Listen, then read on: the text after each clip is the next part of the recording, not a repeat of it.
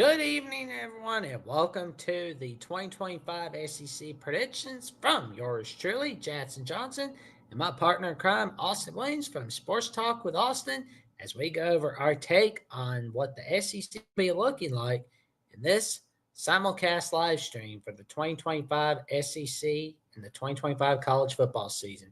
Who's going to be playing in Atlanta? Tune in to find out because you're going to be in for a wild ride. How you doing tonight, good buddy? I'm doing pretty good, Jackson. I'm excited to do the SEC predictions, a little sooner than we originally planned. But don't worry, Big Ten fans. One way or another, we're going to get the Big Ten predictions to you. Don't fret it at all. We just put the SEC in front. We're going to talk a little SEC tonight, but I'm excited. I'm excited to see who we have going to Atlanta in December. As the title says, who will be playing in Atlanta, because that's the ultimate goal in the SEC. Who's playing for the championship game and possibly a spot in the playoffs come January. So I'm excited to talk about it, and I know a certain proportion of Jackson, even on the outside, he may have the brave face, but there's a little part of Jackson that's rooting for LSU to win it all. I know there is, because he loves BK. He loves BK. But with all that being said, though, I'm excited, though, Jack, and I'm ready to get into it if you are. Let's do it.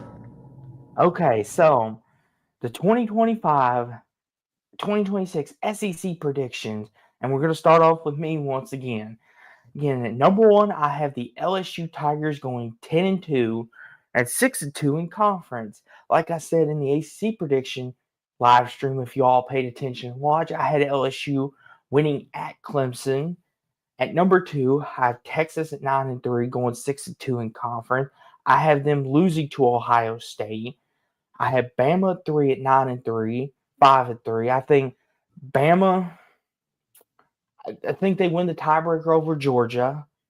That's how I incorporate that. I think they beat Georgia, they beat Tennessee, and Bama ultimately earns the tiebreaker, but just come up just a little short because they lose, and they beat South Carolina as well, but they lose that one game that they shouldn't.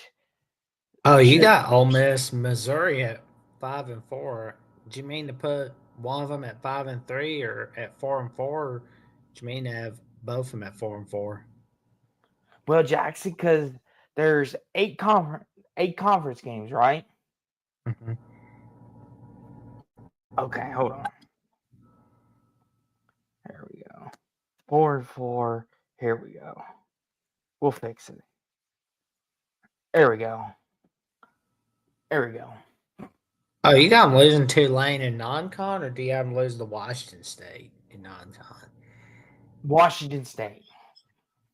Oh, I wow. think That's bold. I I I I think Washington State, Jackson, that would be an Ole Miss thing to do, in my opinion. Even though no, Washington State on paper may not be that great. I do think Washington State's good for one upset, and it could be over Ole Miss, or it could be to Tulane. Right now, I'm leaning Washington State, but I think one of those two teams could upset Ole Miss, if we're being quite frank. But then I have Georgia at 4. I have Tennessee at 5. Even though with them losing Nico, I do think, yeah, they may take a step back, but not too much of a drastic step back. From what I've heard and what I've seen, Tennessee's defense is still supposed to be borderline top 15 in the country, and their offense is still under Josh Heupel has shown me nothing but good things. So I think he will figure something out as well. Texas A&M under Mike Elko will go 8-4. I think South Carolina once again will underperform and go 8-4. I think Ole Miss will go 8-4. Missouri, I have them going 8-4. And surprise, surprise, I have Kentucky going 7-5. I have Kentucky being my shocker pick at 7-5 with an upset bid over upset bid in non-con, losing their upset bid, and we have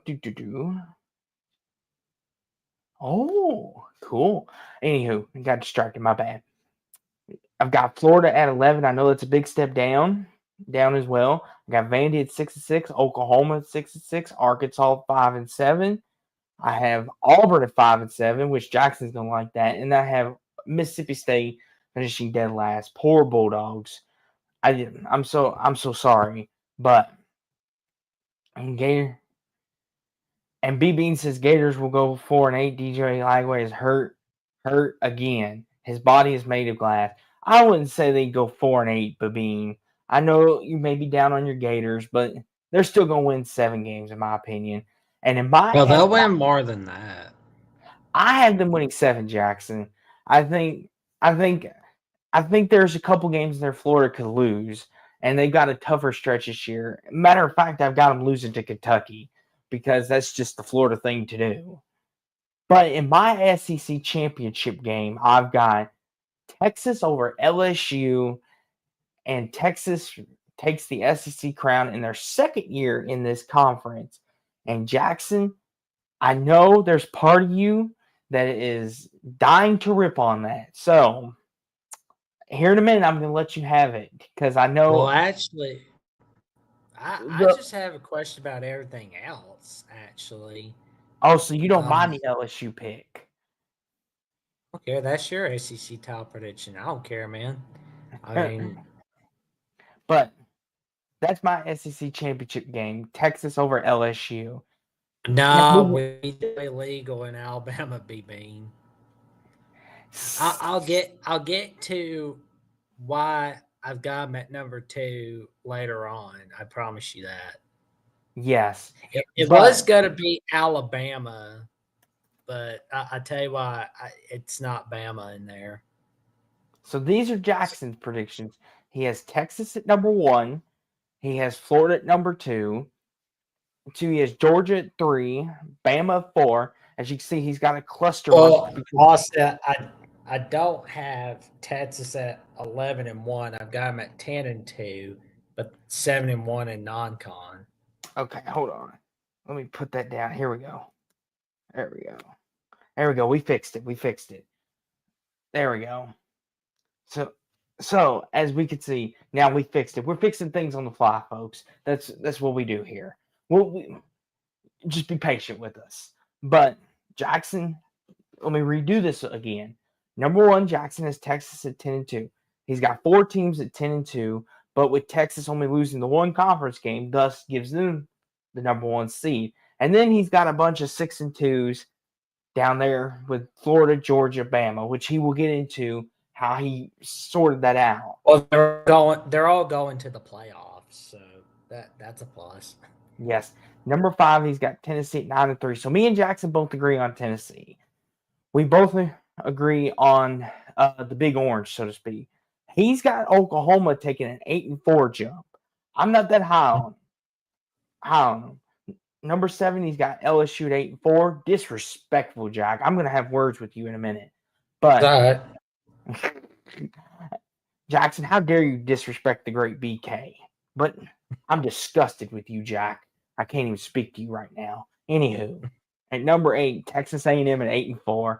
He's got South Carolina at 9 at 8-4 and 5-3 in conference. Ole Miss at 10 at 8-4 and 4-4.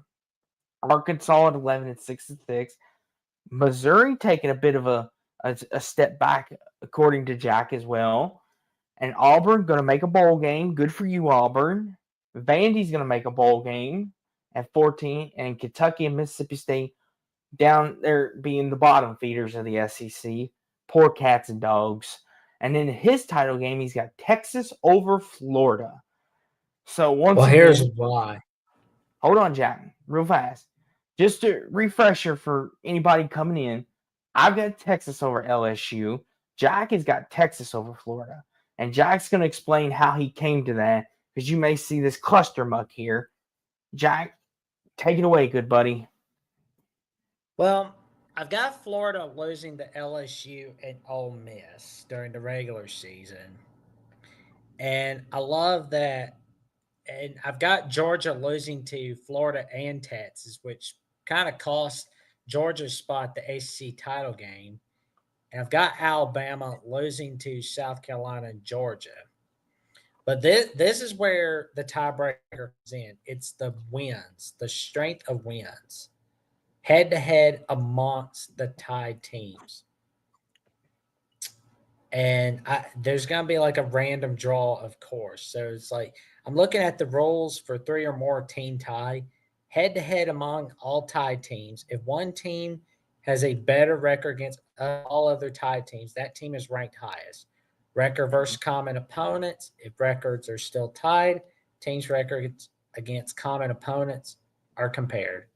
If we're not at 2 teams, but we're looking at a random draw. If tie's still not broken, a random draw will be happening. And you've got the winning percentage against the highest placed common conference opponent in the standings. Now, we're looking at Florida, right?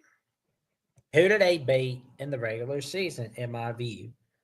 Well, I've got them beating Texas, got them beating Georgia. And what really clinches that spot in the SEC title game in the tiebreaker is beating Tennessee. Now, let's get to Georgia. They've got that win over Bama. They beat Kentucky, Auburn, and Ole Miss. They lose to Florida and Texas. They beat Mississippi State. I mean, let's be real. You're supposed to. And we've got Alabama. They lose to Georgia, in my opinion. They beat Vandy, they beat Missouri, they beat Tennessee. They beat LSU, Oklahoma, and Auburn. But they lose South Carolina after they play Tennessee. So we look at the tiebreakers, and it's all about who beat the highest opponents. And that was Florida. Florida beats Texas and Georgia in the regular season. And we've got Texas, Florida in an SEC title rematch. Texas beats Florida, and they get one of the top 4 spots. I will say though, Jack, it's very bold of you to pick Florida to go to the playoffs, considering what's happening with DJ right now. I'm not saying it's a precursor of what's gonna happen. But Jackson, that's very bold of you, considering Jackson the way you thought of last year. Because Jackson, it seems like, and this is across the board with everybody, but it always seems like Florida is the new hype train. They've got people jumping on their train now. You remember last year, Jackson, when no one put any stock in Florida. I basically told everyone, put your stock in Florida now. They're going to be a good football team, and they're going to get 8 wins season. And everyone laughed at me and said, you're going to lose a lot of money if you do that. And what happened? They went 8-5 and won the bowl game. So, Jackson, what made you change your mind on them to go from I got to make a clarification. I had them losing to LSU and Texas A&M. I did originally have them losing to Ole Miss, but I was like, you know what? They'll beat Ole Miss. But anyway. So Jackson, apparently, B-Bean says, since Jackson's more of a Gator fan than I am right now, I feel compelled to give Jackson my Florida degree. Hey, there you go, Jackson. You graduated University of Florida. There you go, Jack. That's good for resume building, right there, Jackson. When you get that, and we want to give a shout out to Doreen for sharing this live stream. We appreciate her for telling everybody to tune in to what we're doing right here on this live stream tonight. Thank you so much to Doreen for telling everybody to tune in. Mm-hmm. And check her out on the Ladies of College Football Sunday nights on The Voice College Football, 8 p.m. Central Time, 9 p.m. Eastern Time. Yes, exactly. What Jackson said. And Troy V says, Ellis, who is Jackson's favorite team? Exactly. And B Bean says, I love the Austin Jackson friendship, especially when they pretend to argue. I mean, me and Jackson have had some arguments on air. Then off air, we're kind of just laughing about it. And it's basically been over LSU. Like, literally, that's how they all start, over LSU. But, looking at this, though, Jackson, Oklahoma is one that jumps off the page for me. You got them going 8 and Okay. 4. I think a lot of people would say that's a big choice on your part. If Oklahoma does go 8 and 4, does that save Brent Venables' job? Oh, you should see where Bill still has him. He's got him tied fourth in the SEC. Okay, that's a I little mean, too high. I'm sorry, but go ahead. well, I'll be honest. Like, I trust a lot of what Bill still has to say, and he's usually been right on the most improved teams. And matter of fact, he's got Oklahoma as the number one surprise team for 2025. So that was like enough for me to kind of go, he usually has a pretty good track record of getting it right on surprise teams. So I'm gonna go Mm-hmm. with Phil on this one and put a little stock of trust on Oklahoma. They could do better than 8 and 4. I get that they're a big unknown, but I Mm-hmm. do have them lose to Michigan, Auburn. I do have them Uh-huh. lose to Texas, unfortunately. Got them losing to Bama, but I've got them winning against everybody else. I think they Mm-hmm. could get done against South Carolina, Ole Miss. They Mm-hmm. somehow get it done against Tennessee. Yeah, they're gonna make some magic on that one. Mm-hmm. So Jackson, you said you had a few questions on my end. So out of my rankings, what would you like to know? How I got to where I got to? What's the team that's sticking out to you? Everybody that you got 9 and 3. Okay. So that would be Texas, Bama, Georgia, Tennessee. So Oh, I won't forget Lucas. That's for sure. Brett Cia of Pit Sits Previews. He's got Oklahoma at 7 and 5. I got them 6 and 6. So here's the thing: we're not that far off on that one. Okay, so That was fired. but to your point though, Jackson, Texas, I got it 9 and 3. Obviously, I have them winning the SEC, like I said, over LSU. I got them losing to. I got them losing to Georgia, and I've got them losing to Oklahoma in the Red River Shootout or Red River Rivalry. But the reason why Georgia doesn't come into play here is because Georgia loses 3 conference games. And obviously, I have Texas losing to Ohio State. Bama, I have them losing currently as we sit tonight. I have Bama losing to. I have Bama losing at Auburn. I do think Auburn sneaks. I think this is the year Auburn gets you, Jackson. I hate to admit it, but I think it's going to happen. I think Auburn gets you. I think, and these were 2 ones I bounced on back and forth, but I do think there is a world, Jackson, where Missouri gets you, especially now that they're going to be healthy. Now they don't have the roster they once did, but I could see Missouri as well.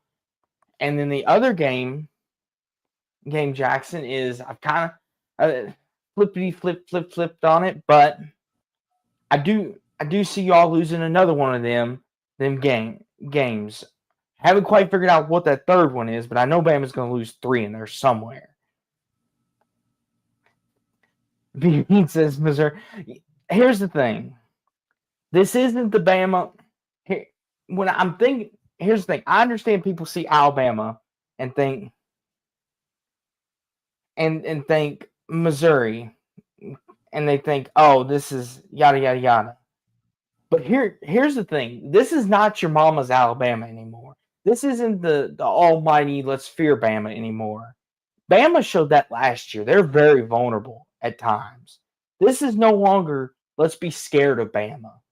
And Missouri last year was a very banged up team. And even though, and they're going at Mizzou this year. And for me, that is one of them games, especially if they put a beat down on Vandy, Bama could be feeling themselves. We just went to Georgia and won like I have them. And then we put Vandy's foot in the ground. That could be a letdown moment. I'm sorry, but I could see that being a letdown moment. Without Nick Saban there, it's hard for me to saying that they're a fear team. It's no teams are now looking at it being like, okay, Coach Saban's not there anymore. You're just Alabama. Nick Saban instilled that fear in people. Like, Jackson, would you agree with me on that? That's why most teams were scared of him. I think Alabama can still put that fear in people. You think so? Mm-hmm. So, and this is another good one. Bean pulling up schedule. As always, Bean doing a great job with that. Obviously, looking at the schedule, I mean, obviously LSU. I do have LSU losing that game right now, but it's a very possibility. Oklahoma, if it last year, my two for sure that I know that Missouri and Auburn, those are the two I'm kind of like, Bama's going to lose those two. Watch what happens. Watch what happens. And that's how I got to that. And then Georgia, Tennessee. And B Bean says Lenore Stellar probably has a better chance than Mizzou to beat Bama. I don't know. I just think John Larson Bloomer, shout out to him. That's first time comment from this guy. He's got Texas #1. Thank you for tuning in, John Larson. Yes, exactly. Thank you as always, and for everyone for tuning in. And it's great that you're here on this late night. We go late into the night, so to speak. But I do have Texas winning the SEC, John, so you're going to like that. And Jackson does as well. So we do believe in the Longhorns. Hook them. We just have them finishing different. But, I mean, here's the thing, Jackson. And another thing is, Georgia, Tennessee, it's early in the year, right? There's a possibility. But I just think Georgia, they just have Tennessee's number. To me, Georgia's going to win that game. He says, and Dave Walensky says, I wouldn't be surprised if Kentucky loses to Toledo. Well, actually, Dave, I've got Kentucky going 7-5. I know people. This is my Florida this year. I'm putting stock in the Cats, even though they're our rivals, and I should want them to do bad. But like Jackson, it's kind of one of them for me. It's another year where the SEC beats one another up. And it just basically comes down to who wins where and who gets who at the right time. And that's how I kind of came to this. Bama's going to win all their non-cons. I think Wisconsin's going to give them a dogfight, though. I do want to say that. Because I know people think Wisconsin's bad, but I could see that being a dogfight. That being something like a 27-17 type victory for Bama. Like where Bama wins by 10, but it doesn't feel like they won by 10. One of them type games. But here's my thing, Jackson. Is there any other team that's popping off the page to you that you want to know my mindset on?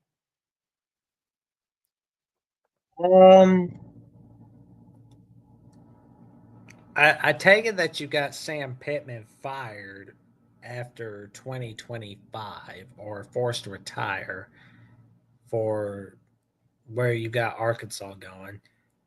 Yeah, no, that's about it, really. It's all good. Here's the thing with Arkansas, Jackson. And Dave Lindsay says they're not going into Tuscaloosa and giving them a game. Once again, like I said, I'm known for the outside the box picks.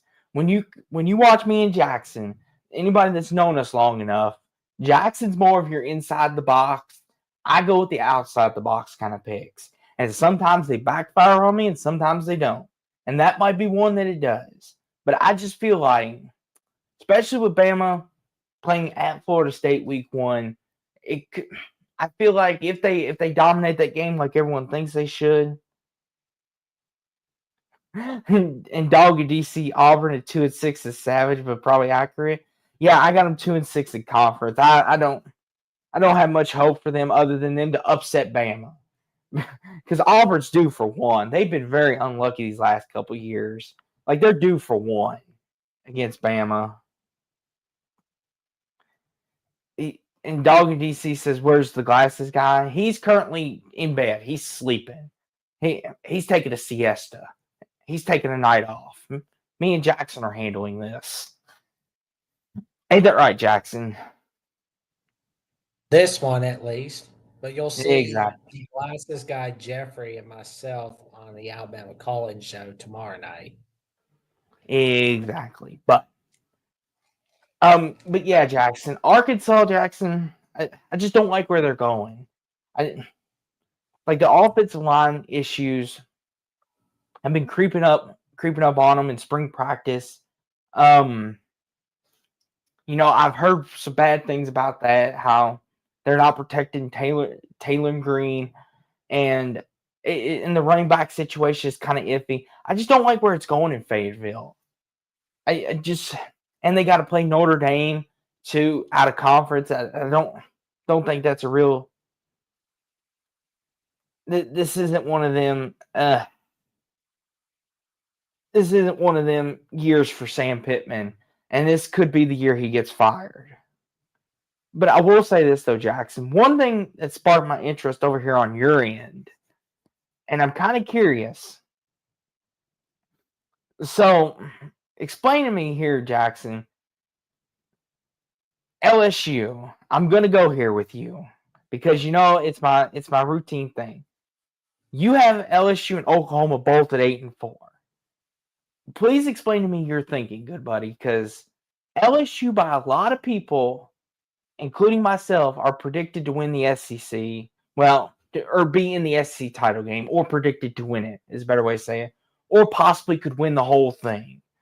But you have them tied with a pedestrian to mediocrity that is Oklahoma, who is hanging on by a thread with Brent Venables. So kind of explain to me, Jack, why do you see LSU in this state? Well, they can't beat Ole Miss on the road. Okay. They had a hard time with beating Bama last Okay. year. I don't see it getting better for them.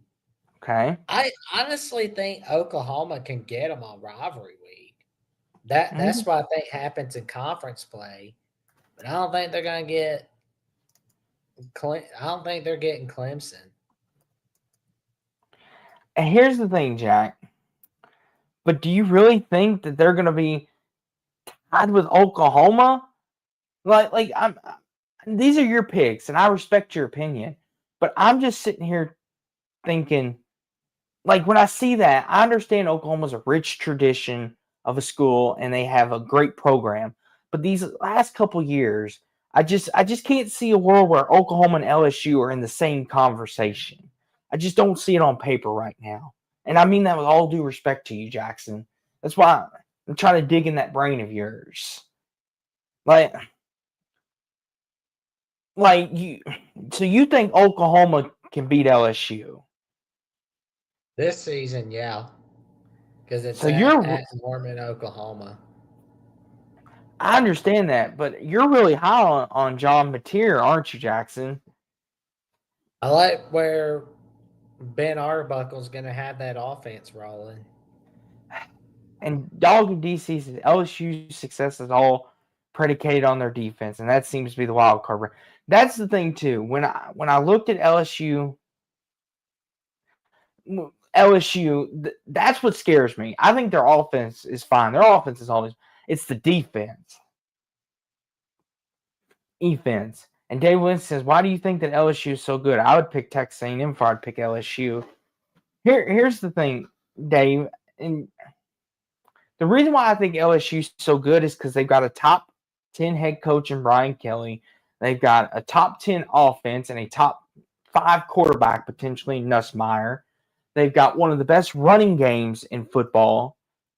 And they have one of the two best defensive rush ends in D tackle and D end, both predicted to be All-Americans as well. And what's that, Jackson? Riley is asking that he assumes that I think Lagway is healthy with these predictions. Well, I think he's going to be healthy throughout the second half of the season. That's what I think. Mm-hmm. That's what I believe. I think Florida will have a bit of a slow start the first 3 weeks, obviously, but then Miami is going to find a way to blow it against Florida. And then And that's where we're really going to see some magic. I think Florida's going to chill out during their bye week, and they're going to really put a scare in Texas. hmm and I've got LSU at 7-5, Riley. And I tried to, like Jackson said, we try to think everyone's going to be healthy, but you also do have to take into account injuries as well. And I think that's what kind of hindered me on that. But to keep answering Dave's point here, is LSU has built a national championship roster. I really like what they've built, in my opinion, Dave. And that's why I'm so high on LSU. Now, when we get in the season, I may eat those words. And that's okay. I'm willing to do that. Like I tell Jackson all the time, if I'm wrong, I will be the first to admit I'm wrong. And I have no problem doing that. And B being asked is who's the offensive mind in Oklahoma this year? That would be Ben Arbuckle, right, Jackson? He's the offensive coordinator for Oklahoma this year. Well, B Bean's asking who's the offensive minded in Oklahoma this year. Yeah. Let me ask the chat real fast. If what Jackson has, is there a world where you guys can see LSU and Oklahoma finishing the same at 8-4 and 5-3, or do you see more of my prediction for LSU Oklahoma of Oklahoma being 6-6, 3-5, and I have LSU 10-2 and 6-2? Which could you likely see more happening, my prediction or Jackson's? Because I kind of want to get a read on where everyone thinks on this. Because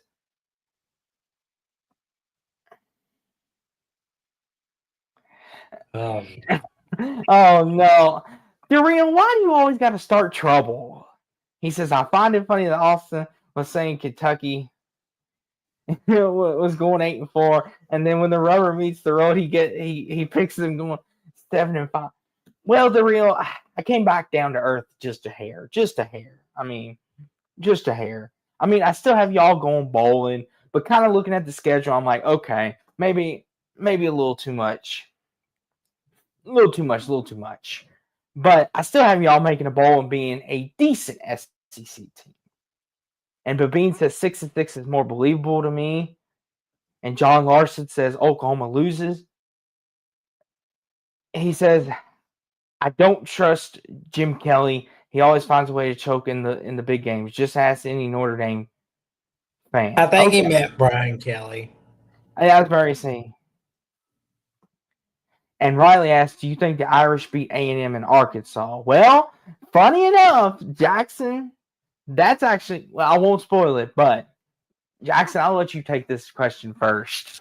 I've actually got Notre Dame getting upset by Arkansas because, to tell you the truth, I was thinking about picking either Boise State or Arkansas.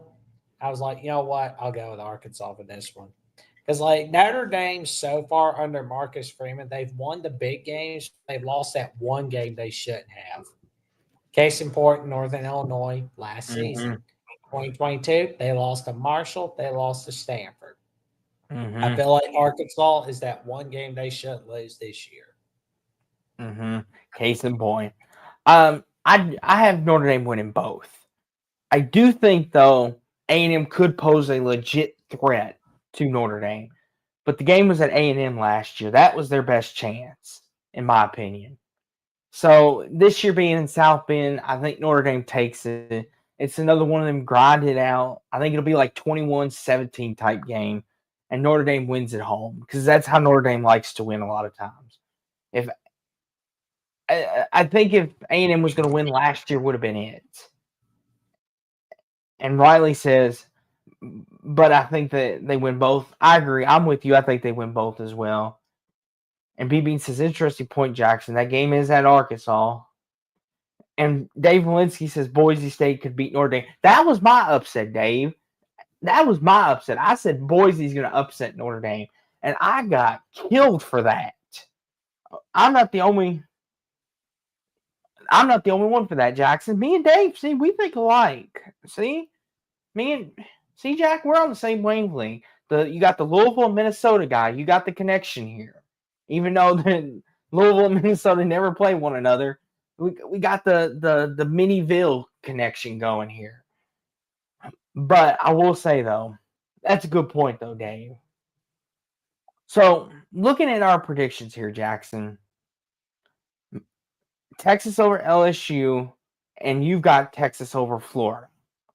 Right now, as we sit here tonight, if you were to give me a percentage, Jackson, what's your percentage on a confidence level that this is going to happen? That this is the game we're going to see in Atlanta? About like a 70 to 75%. Okay, But if DJ Lagway is becoming Jalen Daniels, then that percentage gets way low. I would say for me, I'm 90% confident in my title game. I think this is the game we're going to see in Atlanta. I'm 90%. I'm pretty confident. This is the most confident I've been on any prediction so far. As crazy as it is, but I will say though, Jackson, we talk about it every stream, and we're going to talk about it with the SEC. Who are those surprise teams? Those teams that no one expects, no one's thinking about. Who's gonna? Oklahoma. It's for you. It's Oklahoma. For me, I think it's Kentucky. They're going to be the one that jumps up on everybody, like I have in my predictions here. They're going to be my most surprising because I have belief in Mark Stoops, and I know as the rival school. Oh my gosh, Dave, we don't talk about that, okay, Dave? Listen, I like you, Dave, but we didn't win that game, and I ain't never forgot it, Dave. Just for that, Dave, you're lucky. I like you. See, I try to be civil, but Dave over here bringing up ancient history. Anywho, and Riley asked, how many playoff teams does the SEC? 4. I say 5.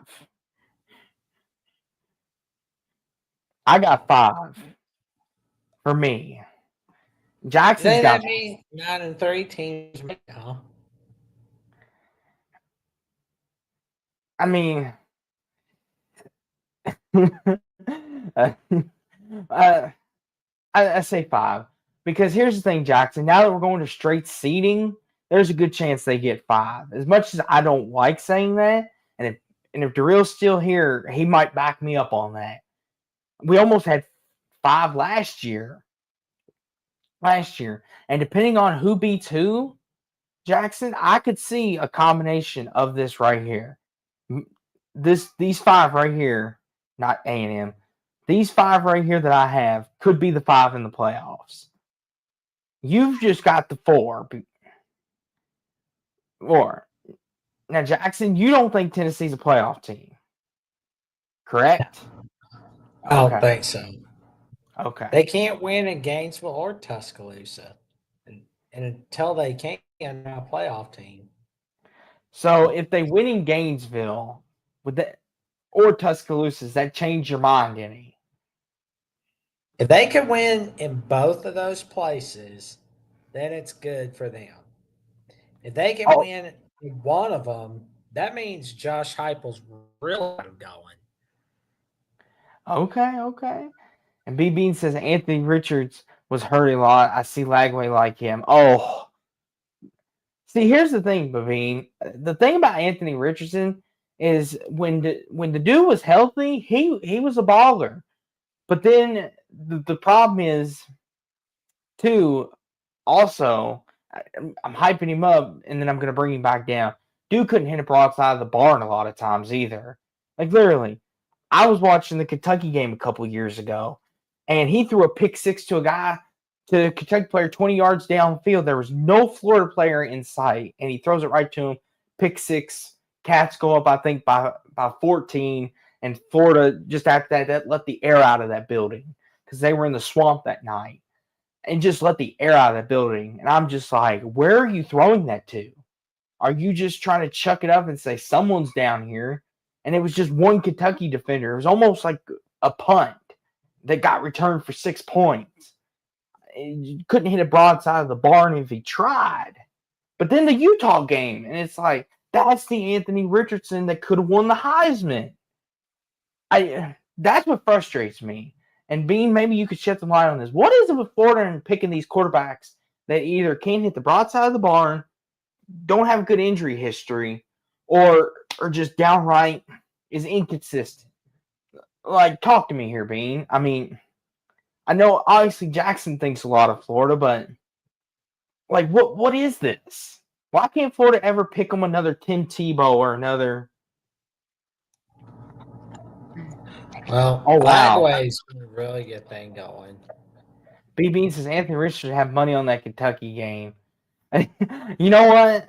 It wouldn't shock me. You don't like to think that they do that, but that wouldn't shock me. I mean, I know Jeffrey talked about Nussmeier being overhyped, but this is nothing against Richardson, but I feel like he got massively overhyped. I mean, look at like the number of completions he had against Florida State 2022. I mean, yeah, like ESPN hyped him up to the point where everybody like talking about him, but he's not doing so well at the Colts. and he's been injured too. Yeah. Well, the thing too is Jackson, and I will say this though, Jackson. Looking at this though, because I'm kind of looking at this, and we're talking about Florida. In my opinion, Jackson, and well, not my opinion. I don't know why I'm saying that like that tonight. But as an overall perspective, Jackson, if Florida goes 7-5, like I haven't predicted, or if they go 8-4, do you think, Jackson, the Florida fan base will be disappointed? Oh, they go 7-5. They're disappointed. Okay. And Dave asks, do both of you think that the SEC is going to get 4 teams in the playoffs? If not, who do you think is missing out of the top 4? For me, look at who's number 5. That's who's missing out. Top 4 is automatically in the playoffs, and who's in the SEC title game is in the playoffs. So for me, I've got 5 currently. I think Tennessee could be a playoff team. I think there's 5. But it's either I think Texas will be a lock. I think Georgia will be a lock. Those 2 are locks for me. And I think LSU will be a lock. And then it's Tennessee and Bama. If Bama beats Georgia, if Tennessee beats not Tennessee, if Bama beats Georgia, then it all depends on who Bama loses to. Because if Bama has 2, pardon my language, Jackson, cover your ears, piss poor losses to Vandy and Oklahoma, then the committee might leave them out again. But I'm going to say 4. I'm going to say 4. I'm going to say they get 4. And B Bean says, yes, very disappointed. I would imagine. And Burks is said, are you a Ravens fan also because of Lamar Jackson? Burks, I'm a Cowboys fan. I grew up a Cowboys fan. But I root for the Ravens for Lamar Jackson when the Cowboys aren't in the playoffs, which is quite often more than you think. So if the Ravens win the Super Bowl, I'll be happy. Like Jackson, he's got a player that he's a Derrick Henry guy because he's a Bama boy, but he's a Titans fan. There we go. Well, Austin, anything more we got to add? Not really. I mean, when you look at it, Jackson, I mean, overall, I mean, I think me and you mostly agree. I mean, there's not really the only one I think we might have is the Oklahoma LSU. I mean Mississippi State, Jackson. I mean, is there anything you'd like to say on that for yourself? I just wish Mississippi State a lot of luck because they're going to need it. And Mark Stoops, his mind is going to be on the divorce that he's going through, from what I'm hearing about with his ex. So he's not going to be thinking about football, honestly. I mean, who is? I mean, if you're getting divorced and you're thinking about having to pay your lawyer and your ex-wife's lawyers, Uh you're not huh. going to be thinking about football. That I can guarantee. And Dave says, "Sorry, Austin. I don't see anybody with a 9-3 record making the playoffs. I don't care how great your conference is. I here's the thing, Dave. I agree with you, but the problem is SEC biased, and I don't want to sound. I, I don't like it being that way, but we saw it with Bama, Florida State a couple years ago. It's drilled in my head. Like, and I don't care ACC versus SEC. I'm not trying to do all that. But even Jackson up here, who is a diehard, love Bama to death, he will even tell you that was highway robbery what happened a couple years ago. And he knows very well that was SEC bias. So I wouldn't put it past them to do that, to somehow sneak a 9-3 team in there, or Greg Sankey to have a lobbying session about this, or Paul Feinbaum calling the commissioner lobbying. And Jackson, do you not see that happening? Be honest with Oh, me. that could happen. Yeah. And Troy says, could be worse. You could be a Bears fan. Oh, poor Troy. Poor Troy. And B Bean says, I like Austin's fan history. Like how he also liked Colorado due to his grandparents. Yes. So, like I told you, Bean, that's how I became a Nuggets fan. My grandparents, they grew up in Colorado, right across, right in the Denver suburban area. So they're Broncos, Colorado, and Nuggets fan. I like Colorado for them. Like that's how I got the shirts and stuff. Like you can even ask Jackson when we first met. I even told him I'm like I like Colorado too, even though they suck. This was even before Coach Prime. He can even tell you that. And then when Coach Prime got on, I really got behind it. And then of course the Nuggets. That was the only thing that was on TV when my grandparents came to the house when we were watching NBA was Nuggets games. Like they didn't watch. They watched like of course the Lakers, Celtics, but like if everyone was Lakers, Celtics fans, it wouldn't be fun. But for me, that's I like Colorado. I got a soft spot for them because of family. But I will always be a Louisville fan first. So if Louisville and Colorado ever play in the playoffs, I'm sorry. Well, I'm not sorry actually. It's Louisville all the way. My blood, I bleed blood red. I know some people say you bleed blue, but I bleed blood red. Red until the end. But I will say this though, like Jackson put in the comments, if you want to call in and talk about the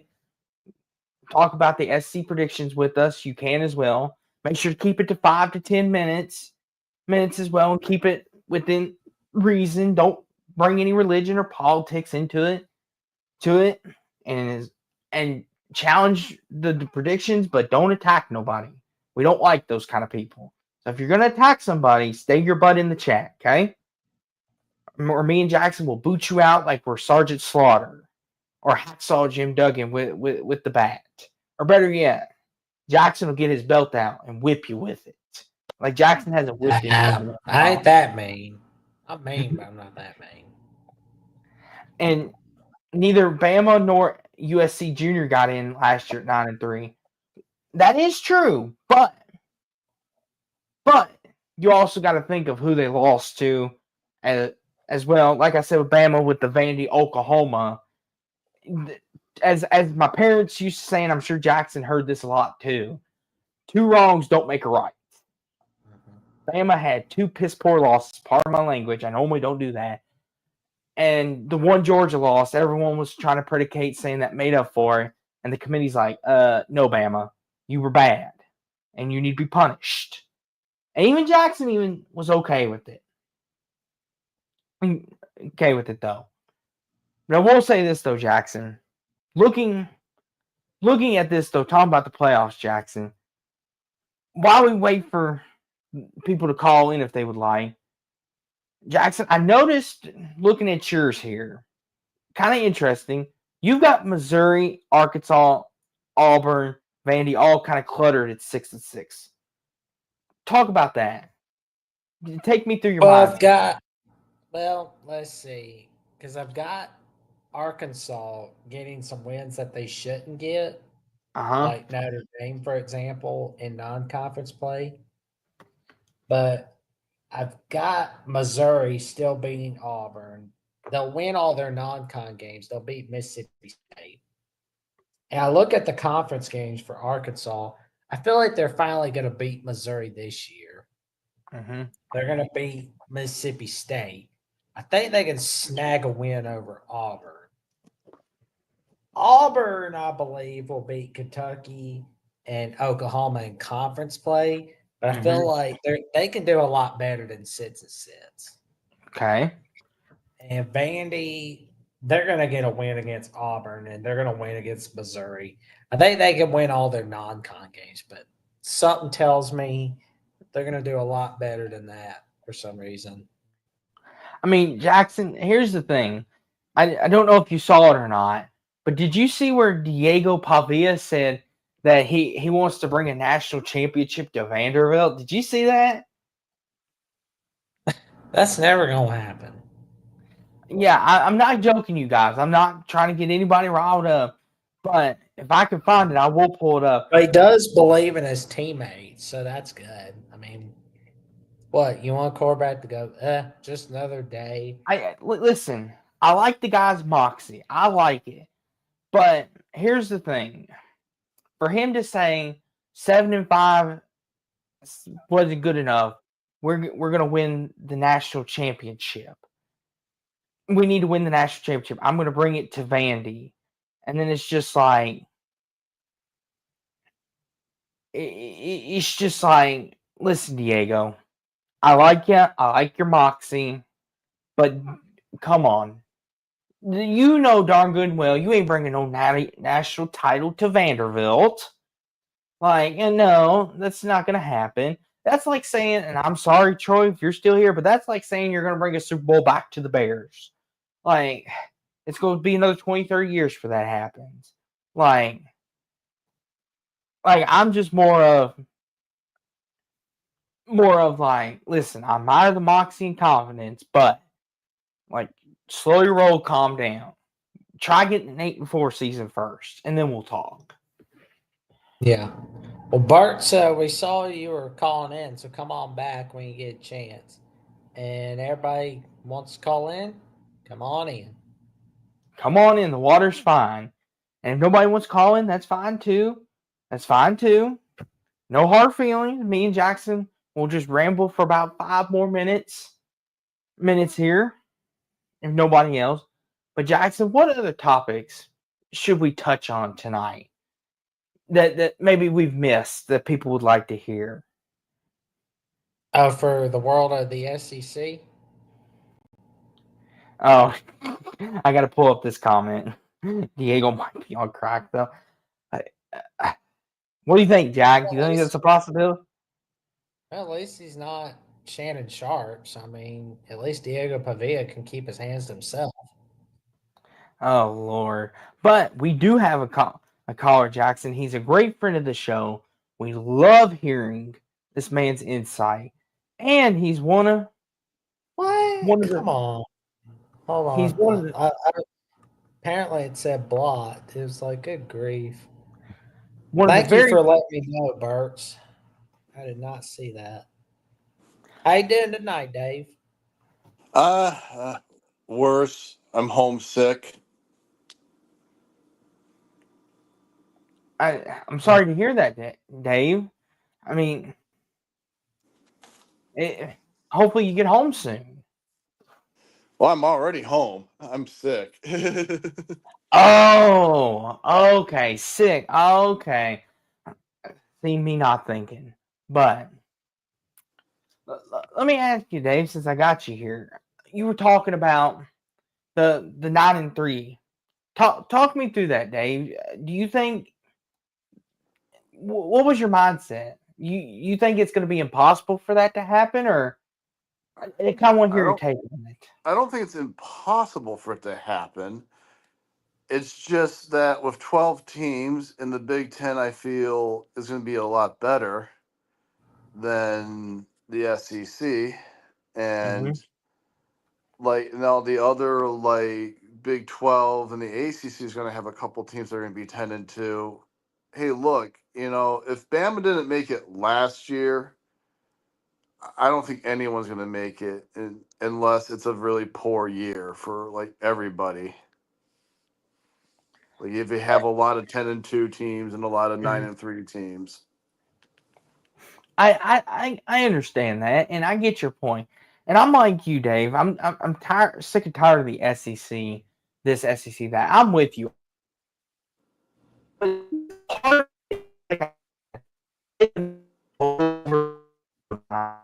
They're just like the SEC,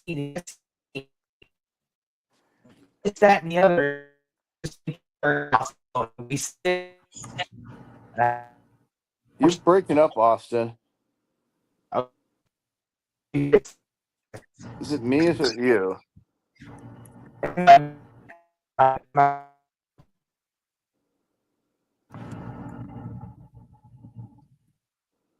Austin?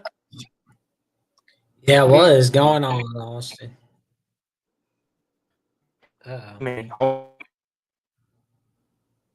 Uh-oh. Yikes. Well, while we check on Austin's situation right quick, let's continue the conversation. Okay. Well,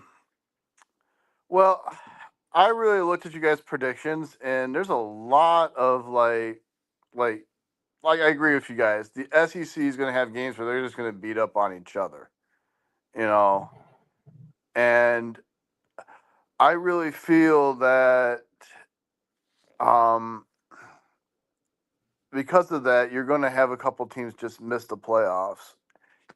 Like if let's just say that Texas A&M ends up winning against Texas, and or like let's say like we have like Vandy, well, even worse, Vandy beating Bama again, which will not happen. If that happens, then that's crazy. I don't even know if Vandy plays um, Alabama this year. Here's the thing, Dave. I don't know. Can y'all hear me now? Do I Loud and sound better? clear. Yeah. Sound better. Okay, good.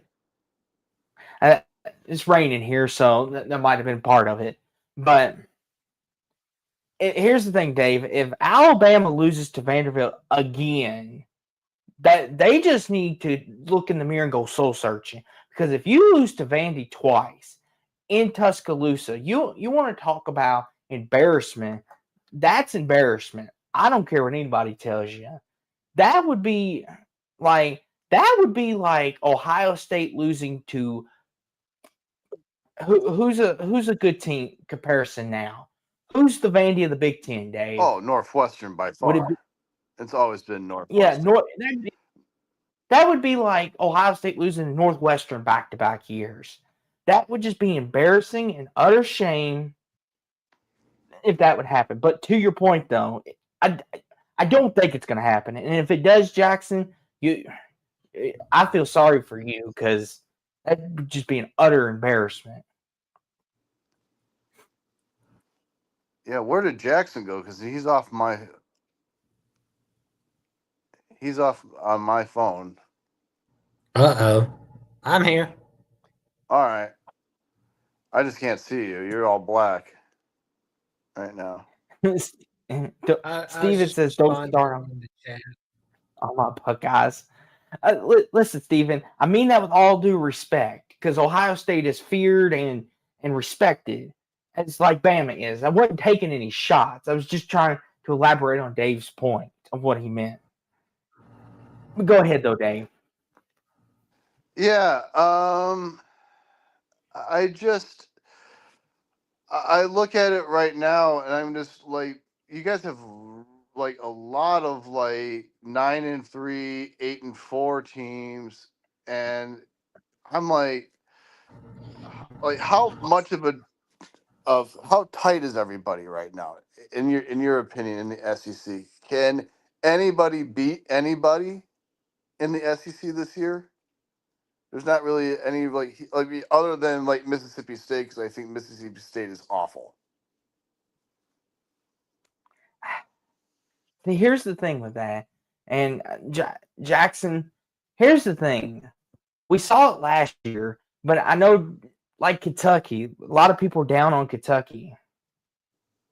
But like Kentucky could easily steal a game from somebody that we don't think they should. They almost did against Georgia last year.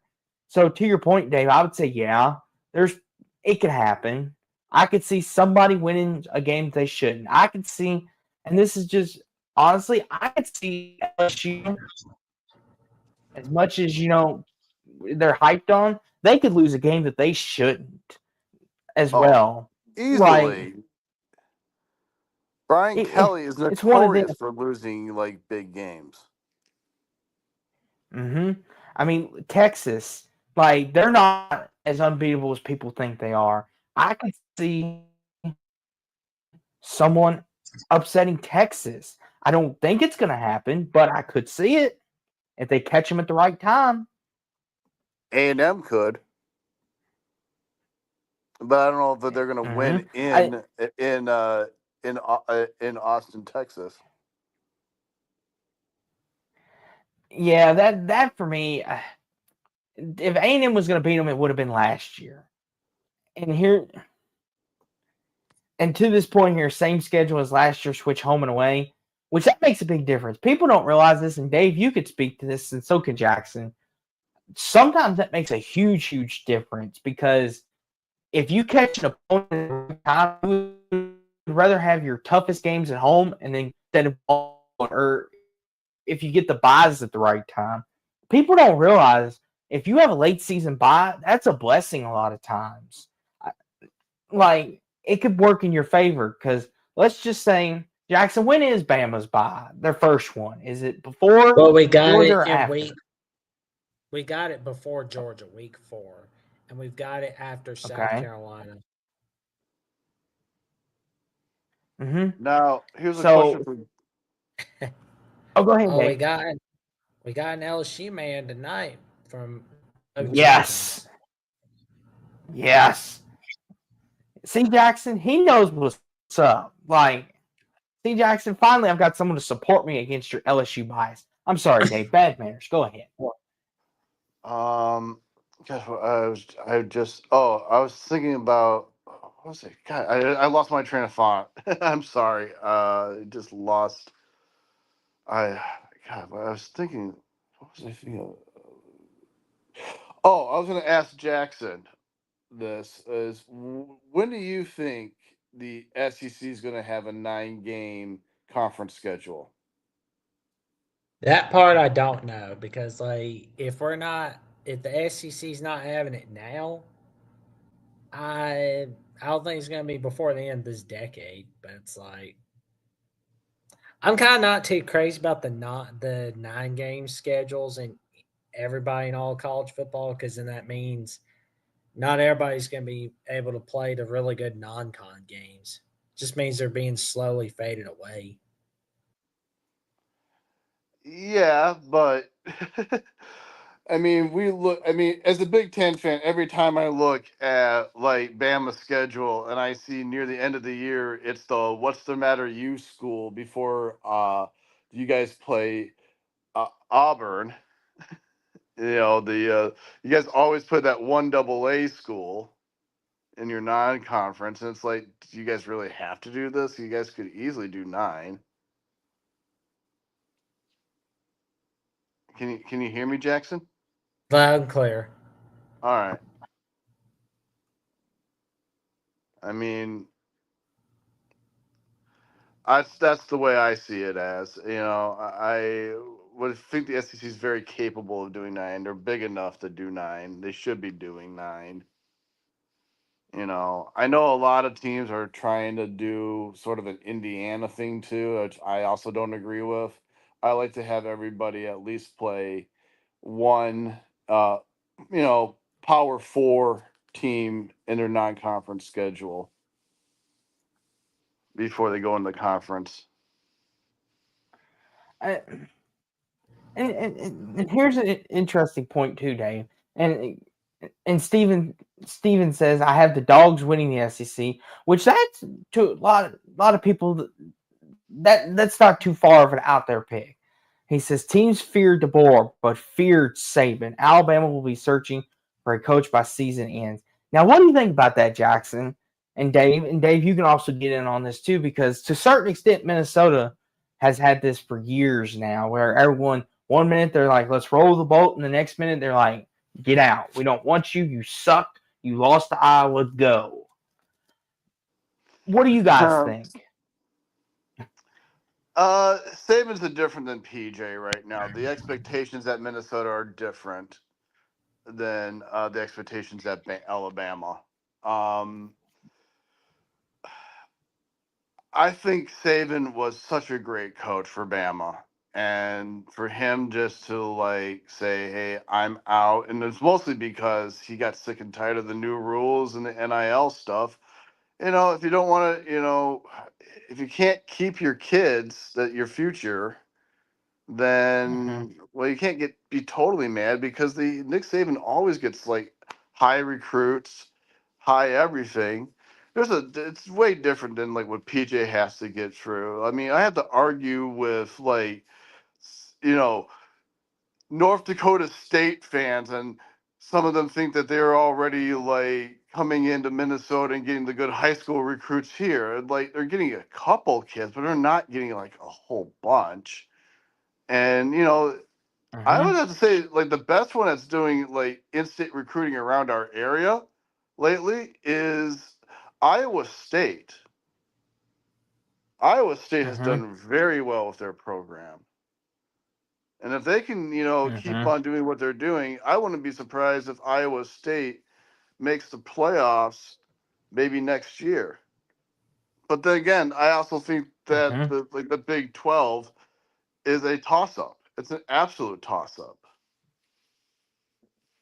And Hummus Hero brings up a great point, Dave. And this is interesting because I think you'll get in line with this too, Dave. Like I know Jackson will, but he says they should move to 10-game conference schedule to play two major conference opponents / non-con and eliminate all this G6 FCS nonsense. Jackson, I know you have been saying this almost from the start. I believe, Dave, you have as well.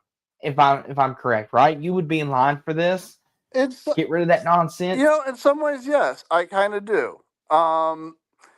I kind of look at the idea, if we ever go to 16, I think it's time to basically have another like lower division for like the MAC and the like the G5 schools, and they have them have their own tournament, and have the Big Ten.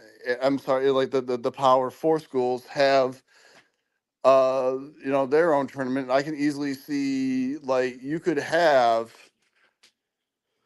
the SEC's four best make the tournament, the Big Ten's four best make the tournament, the ACC's four best make the tournament, and the Big 12's four best make the tournament, and then kind of like match them up by ranking. I could get with that. That's a good idea, Dave. Like have 4, 4, 4, 4, and then like you said, have the conference champions get the higher seeds because they won their conference and that's the reward. But then rank everybody based on their schedules and take into metrics. And I know Darrell has brought this up, but an AQ like they do for baseball and college basketball, I think that would be great in college football. Because let's just say a Minnesota, they could be a quad 3 victory for an Ohio State. And the committee could look at that and say, well, you did beat Minnesota, but that was a quad 3 win. Michigan would be a quad one. Like, would you all be behind that? What Daryl's suggesting, doing quads.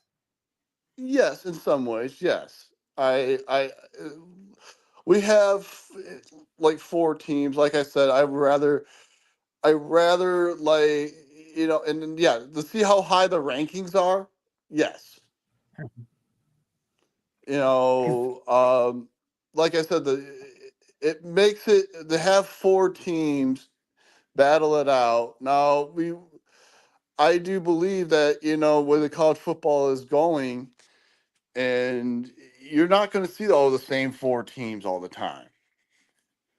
Mm-hmm. Do think the way the NIL and in the way that the Alabama will lose kids in the transfer portal. Ohio State will lose kids in the transfer portal. These kids want to play now. They don't want to wait 2-3 years and be the next guy up anymore. It's all about now. And if you can get a kid that wants to play now, that's good enough to play on, let's say, a Minnesota or an Iowa, or let's say even a Kentucky or a South Carolina, they they have a place to play, and they get to prove themselves. And I know the blue bloods are always going to be the blue bloods, but there's ways of doing this, and I feel eventually we're going to have to start having like caps on how much you can pay a player, because some of these players are playing for ridiculous prices. It's crazy. Yes. Well, that's the thing too that makes this interesting, is because here's the thing. Let's say, for example, Ryan Williams. We'll use Bama for this. He's probably getting paid. Oh, what would you say, about 10 million? Would probably be what he's probably making at Bama. Would that be about fair to say, Jackson? About 10 million? I mean, whereas and the thing is too, like say Bama and Minnesota were in a recruiting battle for him. Like, and this is no offense at you, Dave, because Louisville would have to do the same thing because we're kind of on the same level. You would have to give almost all your NIL salary cap just to even get him to consider. Whereas Bama could be like, here's 5 million, but guess what? We've got Yes, the pedigree to go with it. yes, And that's ridiculous. that's the problem. When I first thought that what was going to happen, that these payers would be played, I didn't think it would be, in the millions. I thought, you would be, I literally thought at one time that this was just they get paid a little bit and they can get more money for, let's say for EA Sports. If they go on EA Sports, they get their name, image, and likeness on that, and then they get to keep that money. They can help out with charities, maybe if they're signing. Remember who was the Johnny Manziel got in huge trouble for signing footballs. Yeah, I believe it was it was Johnny, wasn't it? Mm-hmm. Yeah. Yep. And that's the thing too, Dave. I'm like with you. I think it, like when I originally heard this, I thought this is good. The kids are going to get their money. If they want to be in commercials, great. Like say a kid wants to be in a Subway commercial. Subway's like, hey, we'll pay you da da da da da to promote our new sub, an Italian footlong, $5. And people will be like, oh, you see that guy from Minnesota? He's promoting this. He's telling us this is a good product. And the more they buy, the revenue and everything.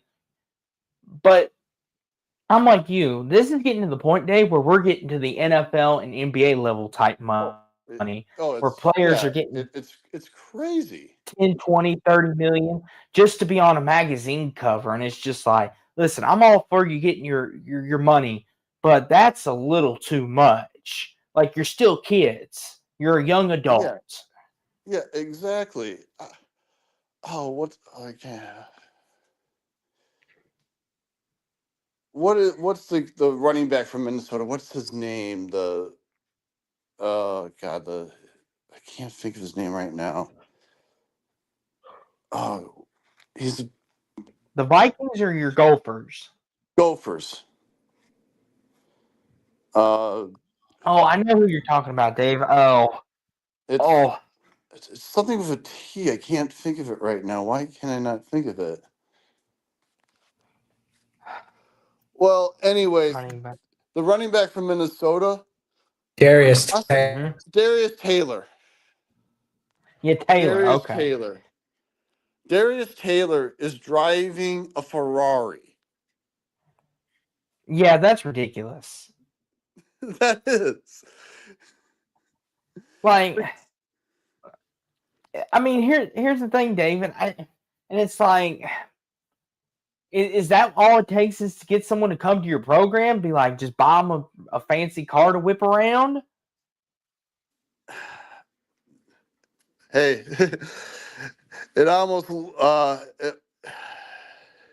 it worked for Eric Dickerson. And Steven says, why isn't And there the same amount of range? Texas A&M didn't get anything out of that. They just gave him a car. Yeah, Jimbo's just like, here's a car. And then be like, we're still going to go 8-4. But Steven says, why isn't they're the same amount of range for these coaches making millions? See, that's a whole nother issue too, because then you get into the argument of, oh, well, they're grown adults. They should be able to this. They have a more proven track record. Whereas these kids, and here's the thing, with a freshman, I understand the people's argument of saying, well, you don't have a proven track record, but we know you're a phenom. We know Bryce Underwood, right? He was one of them. Like, he originally committed to LSU, and then Michigan dangled the almighty dollar at him, and he changed his mind for it. And it's just how it is. Even though we have no clue, he could be the worst quarterback this year, Dave. And I know we have our Michigan people here, and it's no shot, but we have no clue. He could either be one of the best to ever play in a Michigan uniform, or he could be one of the worst. We just have we just don't have any idea. And he also can go to 4 different schools before he goes to the NFL. Exactly. Because Michigan could be like, oh, no, you're not what we thought. Here, Minnesota, see if you can do something with him, or Iowa. And which, that's exactly how in that case, yeah, Michigan will be like, here, Iowa, listen, you have no offense anyway, so you can't ruin him no worse. God, I remember there was this defensive guy that got very little playing time at Minnesota, but he transferred.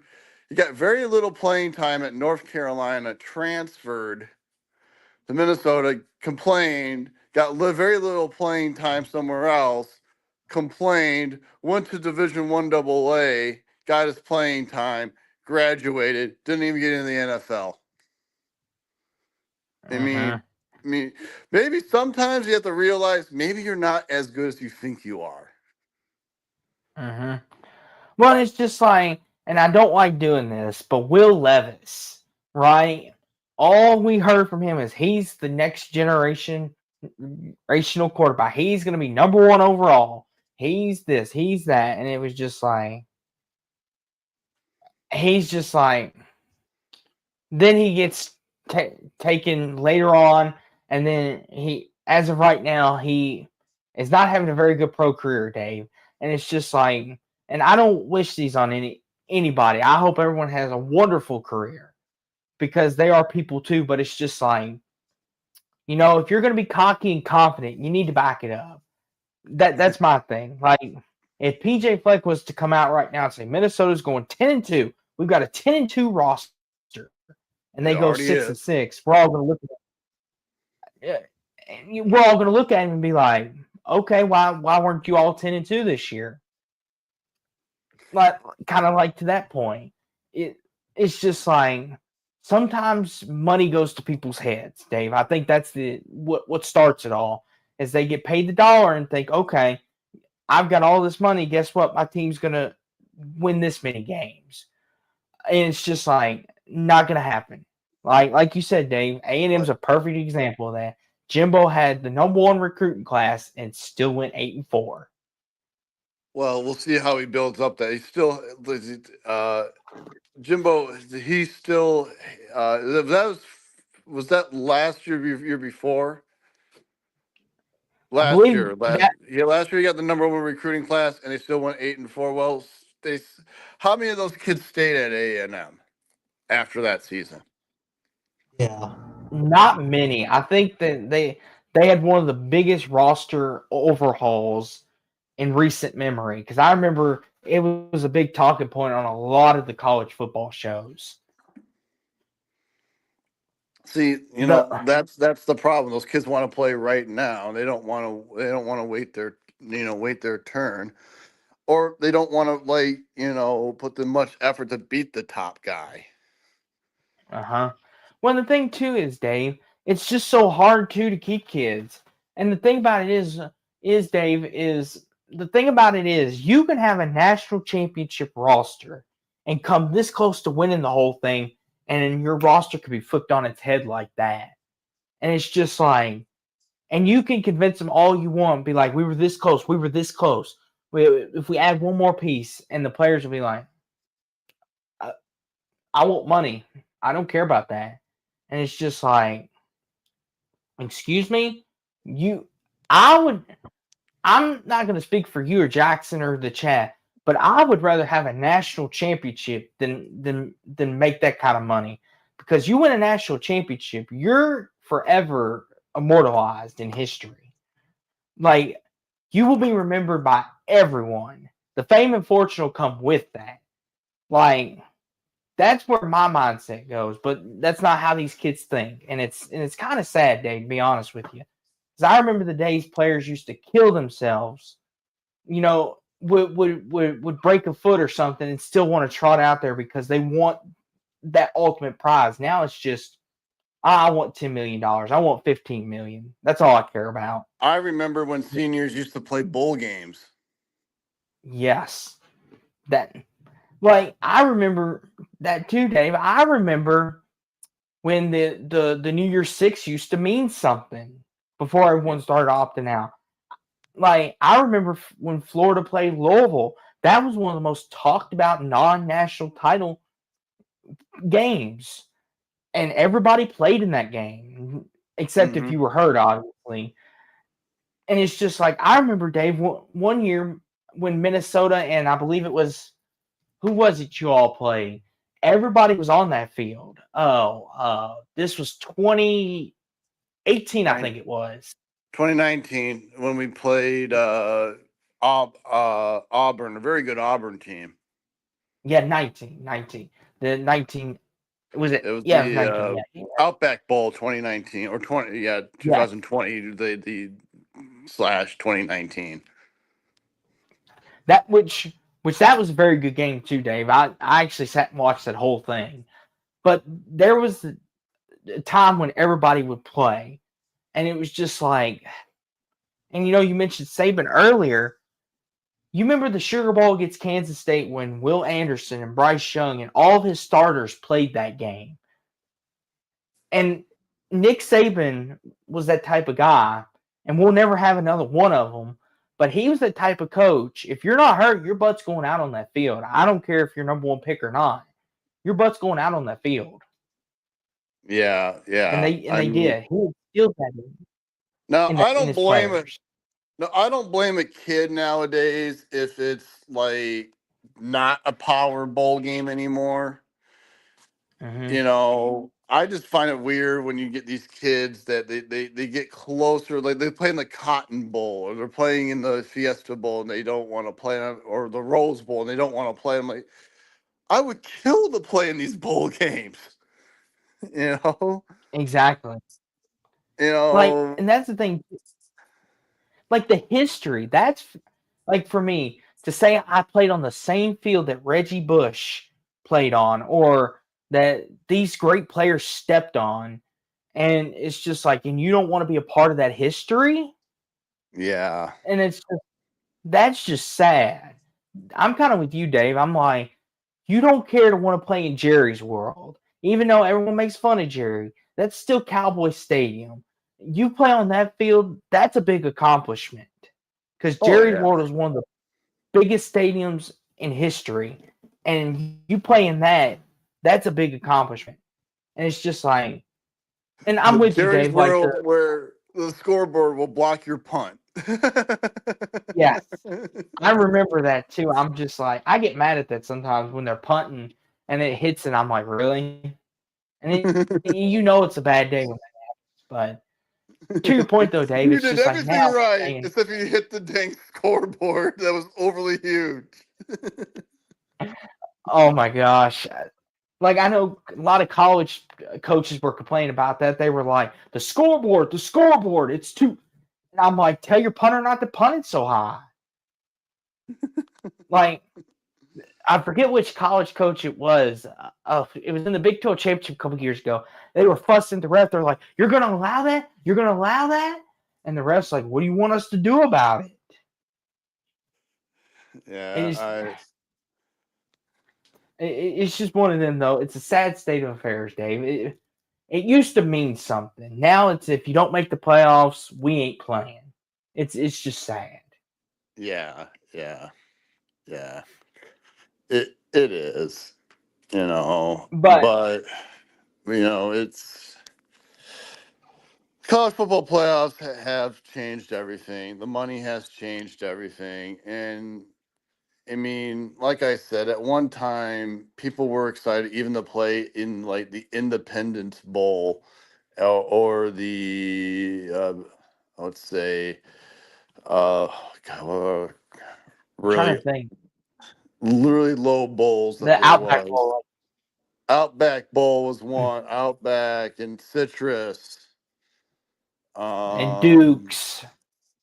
Duke's Mayo, where you get to watch your coach get dumped with mayo. The Holiday Bowl. That used to be one of the premier games, and now it's just Holiday Bowl. basically no. Holiday Bowl was really good back in the days. Remember the San Diego one? The Holiday Bowl had really good games. They Mm-hmm. usually always had the they had the old Mm-hmm, WAC champions or the Mount West champions would go to that, and they mm-hmm, usually would play a decent opponent from the mm-hmm. Well, Power Five. and the thing about too is that Dave, the bowl logistics. Like normally they do a pretty good job of trying to match everyone up, but like Louisville, we got matched up with USC 2 years ago in the Holiday Bowl, and I'm thinking this is an unfair advantage. Like we still played crappy, but it's just like you're sending a Kentucky team all the way to California, and it's just like really, and it's just like that's what I want to see. If we ever get back to a point, Dave, where people want to play in these bowl games, make the logistics right too. Because I've noticed that they'll send Oklahoma all the way over down in Florida, or they'll send them. And I know realignment had a lot to do with that, but it's just like make it logistically right. Don't send Minnesota cross town to Butte, Montana for a bowl game. Don't do that. Oh, Which I don't think don't there's any send us bowl. to Detroit for whatever it's going to be called that always changes name game in Detroit that always has like the middle of the road MAC team now goes to. Yeah, or don't send them to SoFi and be like, here, have fun with it. Or don't send them to Arizona where they need to get the logistics right. Yeah, the Pinstripe is in the Detroit Bowl are like my two least don't want to go to bowls. And the only reason why I go to the game in Detroit is if I'm visiting family for Christmas because I have family Mm-hmm. out in Detroit. But I Well, also have family in Arizona. I'd rather be in Arizona and watch their bowl game. Send me to what's the Snoop Dogg Weed Bowl out in like Tucson. oh gosh. Well, it's funny, Dave. Doesn't Michigan State and Penn State, don't they play in Detroit as a neutral site game? What? Doesn't Michigan State and Penn State, don't they Oh play yeah, yeah. their They're playing this year. They're playing in the Lions Stadium as a neutral site game.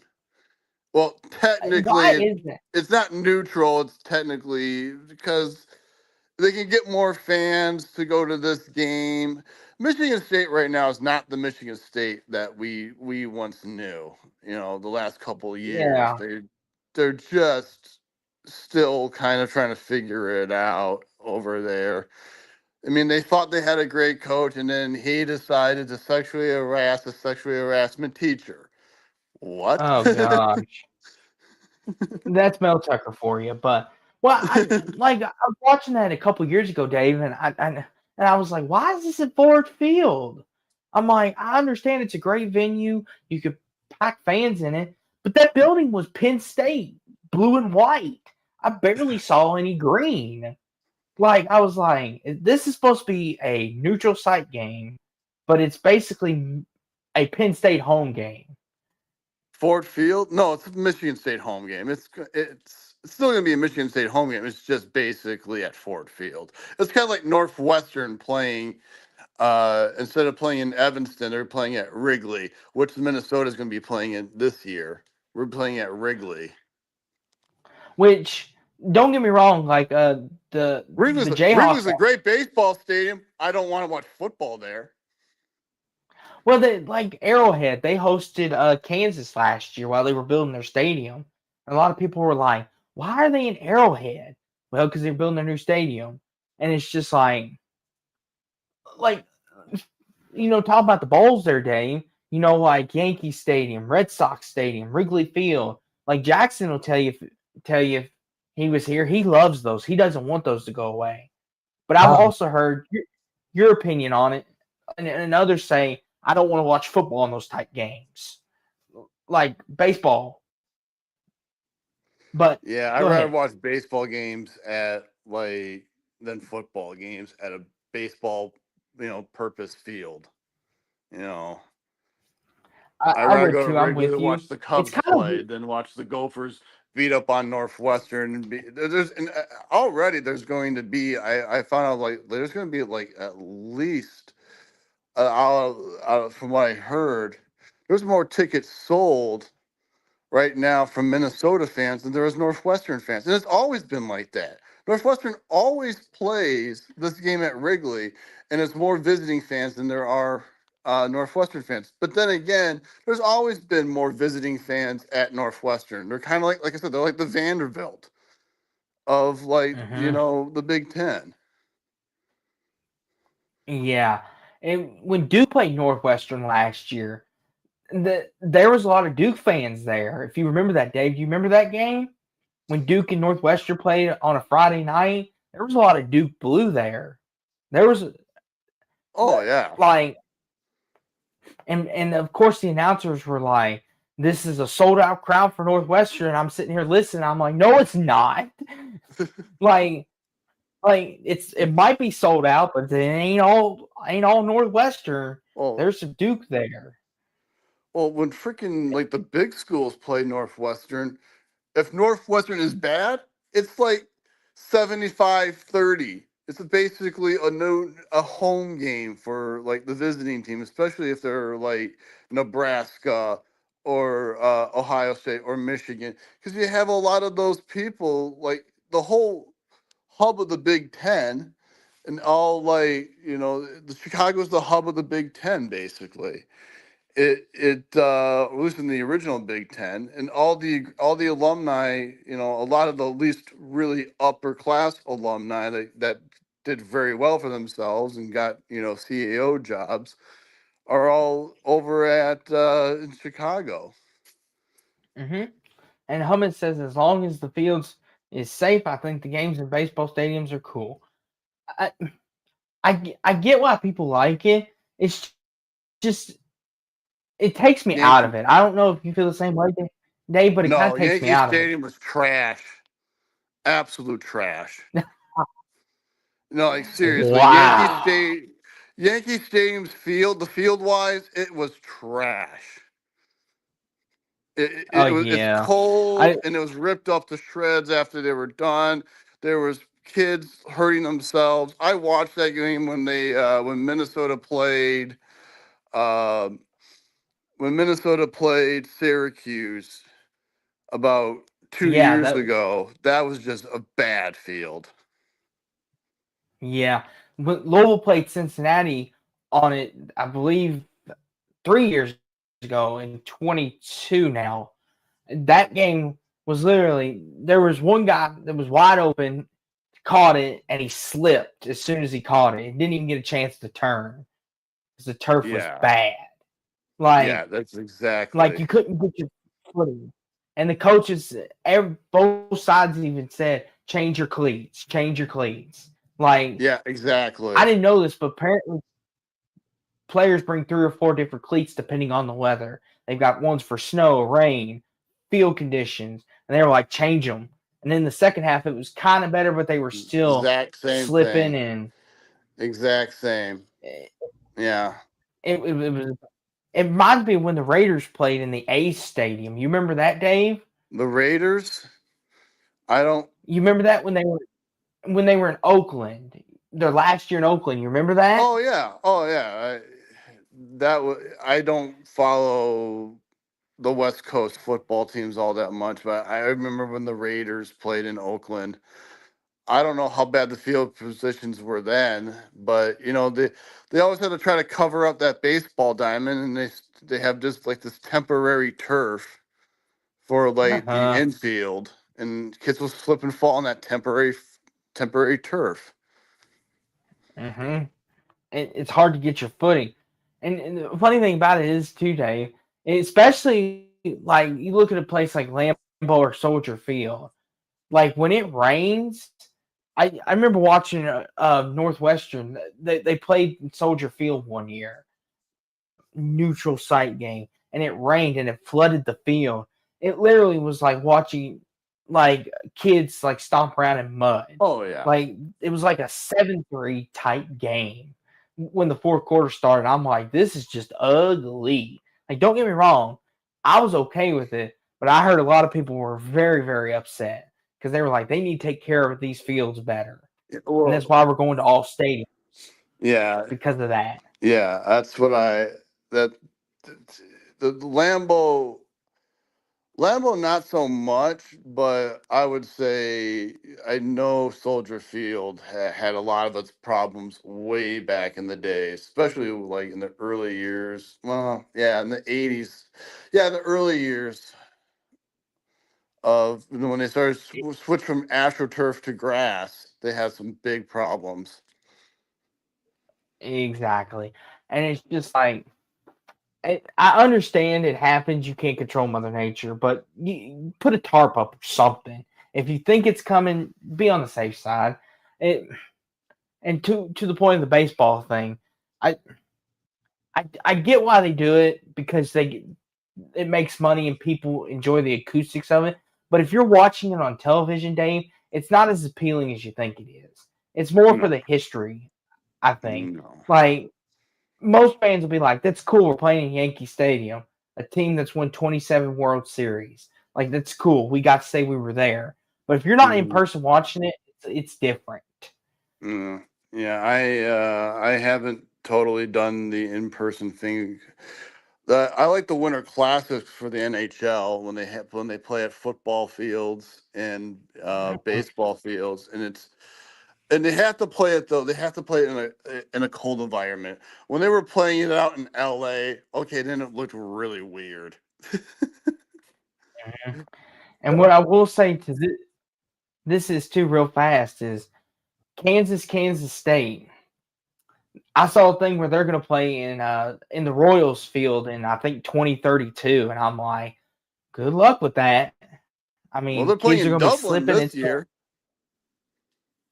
Yeah, so it's interesting how they're doing all this. I mean, I'm curious to see how it happens. But go ahead, Jackson. Well, anything else before we get to our next caller tonight, Dave? Nothing else. I'll see you guys later. I'm gonna take a little bit more rest. Like this cold's killing me. Well, we hope you get the film bear good, buddy, and we will see you soon. Okay, see you later. Bye bye. And Oh, Dave is man. always a great caller.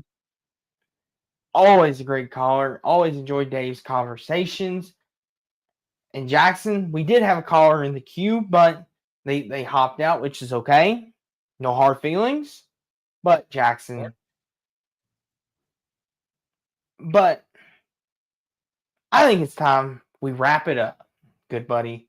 Oh no, It's been the StreamYard's messing with the other stuff tonight. I am so sorry about that, man. It's messing with the reel, man. I am so sorry about that. well. That's the second time it's done that. Well, I want to say this, Jackson. You know it's not going to mess with us, and we will rectify that situation real. But you know what's not going to mess with us is the Alabama at the voice of college football. Jackson will never mess with you because he loves you, he cares about you, and he wants the best for you.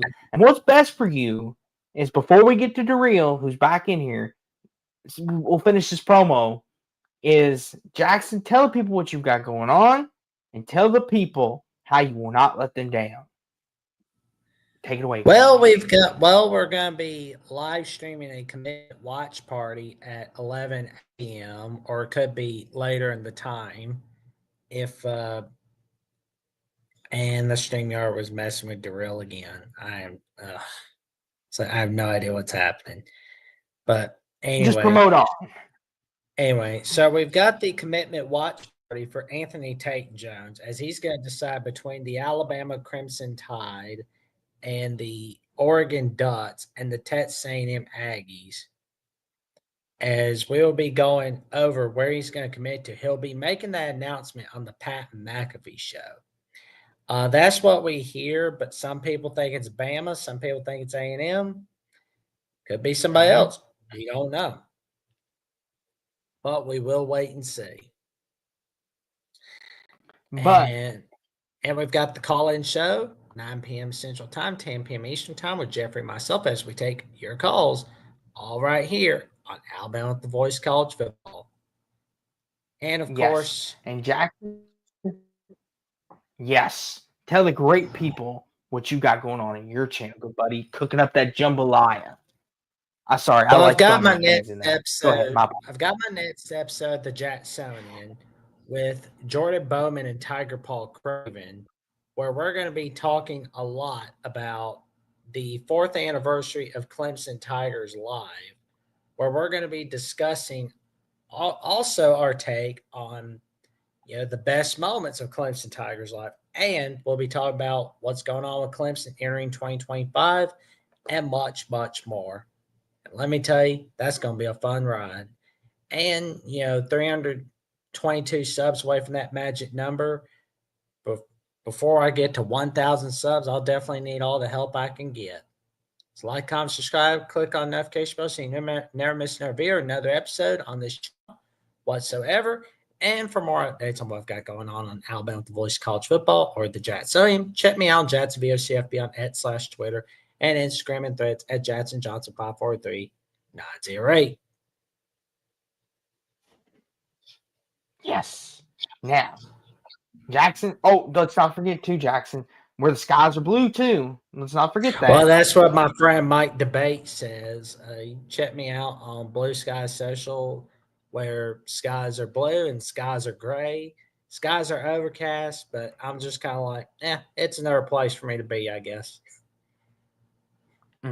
But you follow me here on Octavian, YouTube. We got Octavian Cador, a first-time commenter, coming on in. Go Gators! Go Gators! Well, we appreciate. There we go. There we go. Appreciate the subscription, man. Chomp, chomp, chomp, chomp in the swamp. Chomp, chomp in the swamp. Chomp, chomp in the swamp. Anywho.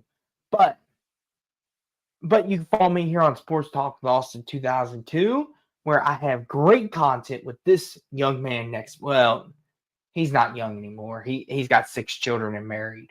But no, I kid. I love Jackson. I kid. Everyone calm down. I kid. That's part of our friendship.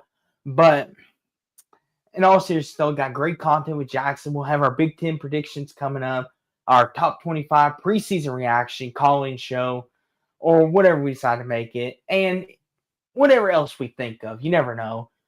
But we will also be doing final picks and picks. If I could say this, picks and analysis and final whistle coming up this season. It's returning for season 2. You all asked for it. You all have been saying that you all have wanted it. So me and Jackson are going to give it to you. We're going to be taking you through the season and hopefully another great year. And who knows, we may become the next Rod and Todd of college football. You never know. But that's where you can follow us, both of us, follow me. And then, of course, on Twitter, I do a lot of different things. I retweet wrestling. I retweet college football. Comment on everything. I'm a do it all type guy, and I promote whoever needs promoting. And that's where you can find me. Sorry, reading the comment. Find me. But with that being said, though, Jackson Durrell wants the link. Do you want to put it in there one more time for him? I just sent it to him in a DM. Okay. While we wait for Durrell real fast, Jackson, is there anything else we need to promote? Oh, don't forget to like, comment, subscribe, click on those notification bells. Never miss another great video or live stream. And we are currently, how many days away are we, Jackson? What's the countdown? Well, it's officially the last day of July, which means we're basically 23 days till week 0, 30 days till Alabama starts their season, 28 days till week 1. So we got 4 more weeks till week 1, and it's 3 more weeks till week 0. Yes, which means get ready, folks. Lock in. It's coming. It's happening. And it's going to be a wonderful season ahead for us all. But with that being said, Jackson, this was fun. And I'm excited for our Big Ten predictions coming up here shortly. When that'll be, we will keep you in tow. I mean, not in tow. What's the word I'm looking for here, Jackson? Help me out. I'm fumbling. We will keep you in notifications there. Keep you updated. Yes, keep you updated. Thank you. Fumble my words tonight. But with that being said, Jackson, we wish you all a good night's sleep, a good night rest, and a good bye bang. And go Cards. Roll Tide and good night, everybody.